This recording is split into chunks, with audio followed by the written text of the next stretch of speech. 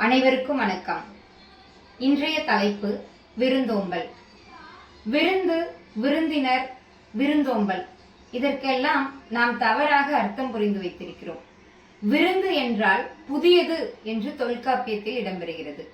அப்படி என்றால் புதியவர் என்றால்தான் விருந்தினர் என்று பொருள். ஆனால் நாமோ இன்று நம்முடைய பெரியப்பா, நம்முடைய பெரியம்மா, நம்முடைய சித்தி, நம்முடைய சித்தப்பா, நம்முடைய அத்தை, நம்முடைய மாமா என நம் இரத்த சொந்தங்களை மட்டுமே விருந்தினர்கள், அதாவது கெஸ்ட் என்று அழைக்கிறோம். அவர்கள் வந்தால் மட்டும்தான் நம் வீட்டிற்கு விருந்தினர் வந்திருக்கிறார்கள் என்று கூறுகின்றோம். ஆனால் விருந்தினர் என்றால் முன்பின் அறிமுகம் இல்லாத புதியவர்கள் தான் விருந்தினர்கள் என்று பொருள். அதனால்தான் சங்க காலத்தில் பெரிய பெரிய திண்ணைகள் எல்லாம் வைத்து இல்லந்தோறும் அமைத்திருந்தார்கள். ஏனென்றால் வழிப்போக்கர்களாக ஓரிடத்தில் இருந்து இன்னொரு இடத்திற்கு பயணிக்கும் பொழுது அவர்கள் அத்திண்ணையில் அமர்ந்து இளைப்பாரி நீர் அருந்திவிட்டு ஒவ்வொரு திண்ணைதோறும் மண்பானைகளில் நீர் நிரப்பியும் வைத்திருந்தார்கள். அந்த நீரினையும் அருந்திவிட்டு அதன் பிறகு அவர்களை வீட்டிற்குள் அழைத்து அவர்களுக்கு நல்ல முறையில் ஒரு இல்லறத்தின் மிக உயர்ந்த பண்பாக இந்த விருந்தோம்பல் கருதப்படுகிறது.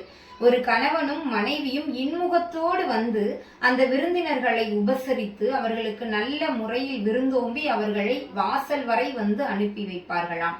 இதனாலே ஒரு சங்க தலைவனுக்கும் தலைவிக்கும் இடையே ஊடல் ஏற்படுகிறது.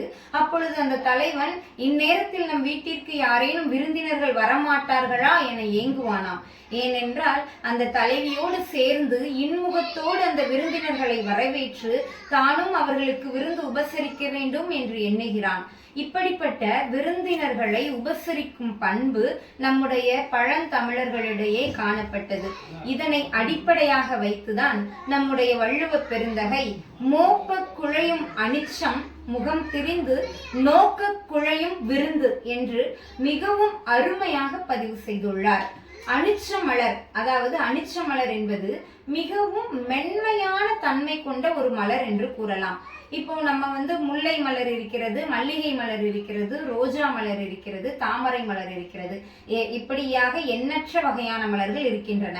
நாம் மல்லிகை மலரை நாம் தலையில் சூடினோம் என்றால் அம்மலரானது மாலை நேரம் வரை வாடாமல் இருக்கும், அதன் பின்பு வாடி போகும். ஆனால் இந்த அனிச்ச மலருடைய தன்மையே என்னவென்றால் அந்த மலரானது நாம் மோர்ந்து பார்த்தாலே, அதாவது முகர்ந்து பார்த்தாலே வாடிவிடக்கூடிய தன்மை உடையதுதான் இந்த அனிச்ச மலர். இதனையே வைரமுத்து முதல்வன் திரைப்படத்தில் ஒரு பாடலில் எழுதியிருப்பார். அனிச்ச மலர் அழகே அச்சு அச்சு வெள்ள பேச்சழகே என்று. அனிச்ச மலர் என்றால் மிகவும் மென்மைத்தன்மையான மலர். நாம் முகர்ந்து பார்த்தால் நம் மூச்சு காற்று பட்டாலே வாடி போய்விடக்கூடிய ஒரு மலர். அப்படிப்பட்ட மென்மையான தன்மை கொண்டவள் தலைவி என்று வைரமுத்து பாடியிருப்பார். அதைத்தான் நம்முடைய திருவள்ளுவர் அன்றே கூறியிருந்தார். மோப்ப குழையும் அனிச்சம், அதாவது அனிச்ச மலரானது நாம் முகர்ந்து பார்த்தாலே என்ன செய்து விடுமாம், வாடி விடுமாம்.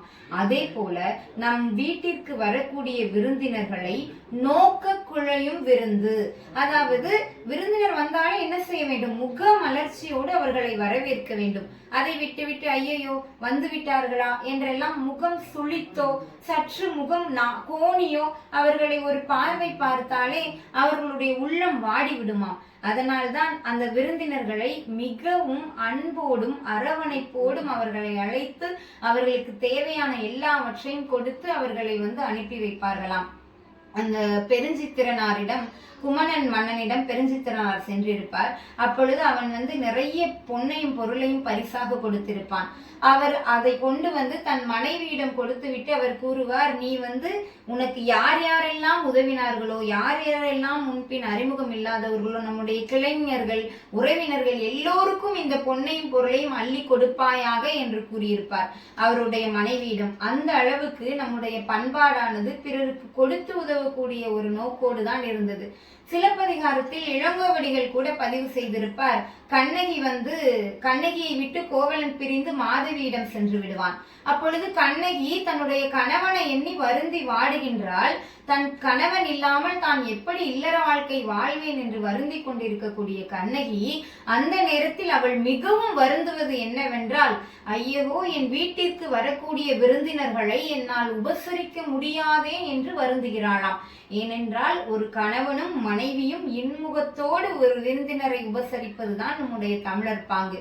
அதனால்தான் அவள் அறவோர் கழித்தலும் அந்தனர் ஓம்பலும் துறவோர்க்கு எதிர்தலும் தொல்லோர் சிறப்பின் விருந்தெதிர் கோடலும் இழந்த எண்ணெய் என்று கண்ணகி வருந்துகின்றாள். தன்னை நாடி வருகின்ற அறவோர்களுக்கும் அந்தணர்களுக்கும் புதிதாய் வருகின்ற விருந்தினர்களுக்கும் என்னால் விருந்தோம்பல் செய்ய முடியாதே என்று வருந்துகின்றாளாம். கணவனை பிரிந்த வருத்தத்தை விட கண்ணகிக்கு விருந்தினரை உபசரிக்க முடியாது என்கின்ற வருத்தம்தான் மிகப்பெரிய வருத்தமாக இருக்கின்றது. இதனை போலவே ராமாயணத்தில் சீதையை கவர்ந்து சென்ற பிறகு சீதை அசோகவனத்தில் ராவணனுடைய கண்காணிப்பில் இருக்கின்றாள். அப்பொழுது அவள் ராமனை எண்ணி வருந்துகின்றாள். ராமன் தன்னுடைய இல்லத்திற்கு நாடி வருகின்றவர்களை தன்னுடைய கணவன் ராமன் எவ்வாறு உபசரிப்பான், தான் இல்லாது எவ்வாறு உபசரிப்பான் என்று விம்முகின்றாளாம். இப்படியாக சங்க இலக்கியத்திலிருந்து இக்கால இலக்கியங்கள் வரை விருந்து என்பது மிகவும் பெரிதாக ஒன்றாக கருதப்படுகின்றது. இதனை போலவே இளையான்குடி மாற நாயனார் செல்வ செழிப்போடு வாழ்ந்த காலகட்டத்தில் தம்மை நாடி வருகின்ற சிவனடியார்களுக்கு விருந்து உபசரித்து அவர்களை நன்முறையில் அனுப்பி வைப்பார்களாம். ஒரு காலத்தில் அவர் செல்வமெல்லாம் இழந்து வறுமையுற்று வாழ்ந்து கொண்டிருக்கின்றார். ஒரு ஓலை குடிசையிலே இளையான்குடி மாற நாயனாரும் அவருடைய துணைவியாரும் வாழ்ந்து வருகின்றார்கள். இப்படியாக இருக்கும் பொழுது அவருடைய பக்தியின் சிறப்பினை இந்த உலகிற்கு அறிய செய்யுமாறு நினைத்த இறைவன் சிவபெருமான் அவர்களுடைய வாழ்வில் ஒரு திருவிளையாடலை நிகழ்த்துகிறார். இளையான்குடி மாறநாயனார் ஒவ்வொரு இரவு பொழுதிலும் காத்திருந்து ஏதேனும் சிவனடியார்கள் வருகிறார்களா என்று எதிர்நோக்கி அவர்களுக்கு விருந்து உபசரித்து விட்டுதான் அதன் பிறகு இரவு உறங்குவதற்கே செல்வார்களாம். இப்படி இருக்கையில் ஒரு நாள் அப்படிதான் இரவு நேரத்தில் பார்த்து கொண்டிருக்கிறார்கள். ஒரு சிவனடியாரும் வரவில்லை. சரி, இனி உறங்கலாம் என்று வீட்டின் கதவினை அடைத்து விட்டு படுத்து விட்டார்கள். அப்பொழுது நள்ளிரவு பொழுதில் கனமழை பெய்து கொண்டிருக்கின்றது.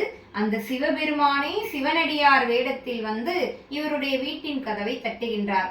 கணவனும் மனைவியும் அவரை அன்போடு வரவேற்று வீட்டினுள் அமரச் செய்துவிட்டு அவருக்கு விருந்து உபசரிப்பதற்கு தம்மிடம் உணவு படைப்பதற்கு எந்த பொருளும் இல்லையே என்று வருந்துகிறார்கள். உடனே ஒரு கணம் கூட தாமதிக்காமல் இளையான்குடி மாற நாயனார் ஒரு பெட்டியை எடுத்துக்கொண்டு அன்று காலையில் தம்முடைய நிலத்தில் விதை நெல்லாக பரப்பிய நெல்லினை அரிப்பினால் அரித்து எடுத்து அந்த நெல்லை கொண்டு வீட்டிற்கு சமைக்கிறார். உணவு சமைக்க வேண்டும் என்றால் மழை வேறு பெய்து கொண்டிருக்கின்றது. இக்காலகட்டம் மாதிரி இண்டக்ஷன் ஸ்டவ்வோ அல்லது கேஸ் ஸ்டவ்வோலாம் அந்த காலத்தில் கிடையாது. விறகு அடுப்பில் தான் சமையல் செய்ய வேண்டும். அப்பொழுது அந்த ஓலை குடிசையில் ஆங்காங்கே சிதிலம் அடைந்து காணப்பட்ட மர கம்புகளை எல்லாம் எடுத்து அதனை உடனே தீப்பற்ற வைத்து உணவு சமைத்து அவருக்கு படையலிடுவார்கள். இப்படியாக அந்த இளையான்குடி மாறநாயனாரும் அவருடைய துணைவியாரும் எப்பேற்பட்ட ஒரு இக்கட்டான சூழலில் கூட விருந்தினர் தம் வீட்டிற்கு வந்திருக்கிறார், ஒரு சிவனடியார் வந்திருக்கிறார் என்று விருந்து உபசரித்தார்கள்.